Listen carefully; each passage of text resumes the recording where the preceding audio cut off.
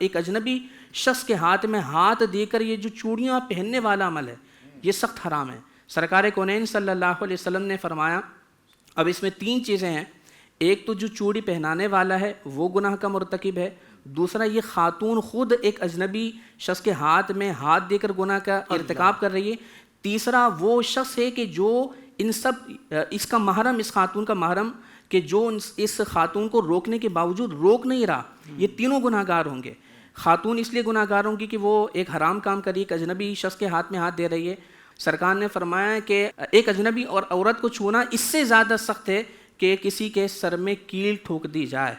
تو وہ شخص جو کسی اجنبی عورت کو ہاتھ میں ہاتھ دے کر چوڑی پہنا رہا ہے، یا اب ہمارے یہاں پر مہندی لگانے کا بھی رواج ہو چکا کہ بہنیں مرد حضرات سے مہندی لگوانے کے لیے جاتی ہیں، تو ایسے مرد حضرات کے جو خواتین کو چوڑیاں پہناتے ہیں، جو خواتین کے ہاتھ میں ہاتھ لے کر مہندی لگا رہے ہیں، یہ سب کے سب حرام کے مرتکب ہوں گے۔ اور وہ تیسرا طبقہ کہ جو اس خاتون کا محرم ہے، وہ جانتا ہے کہ میری بہن، میری بیٹی، میری بیوی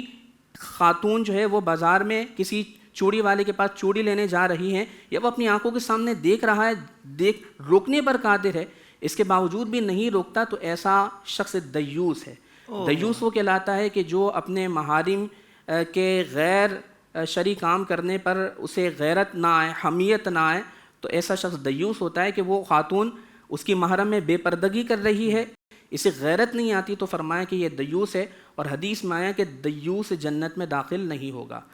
تو خلاصہ کلام یہ ہوا کہ بس اس رات کو جو جتنی عبادت ہم کر سکتے ہیں، جو استطاعت میں وہ کریں، انشاءاللہ اس کے جمی فضائل و برکات حاصل کرنے میں ہم کامیاب ہو جائیں گے انشاءاللہ۔ کیا کہنے مفتی صاحب، ماشاءاللہ، اللہ آپ کو جزائے خیر دے۔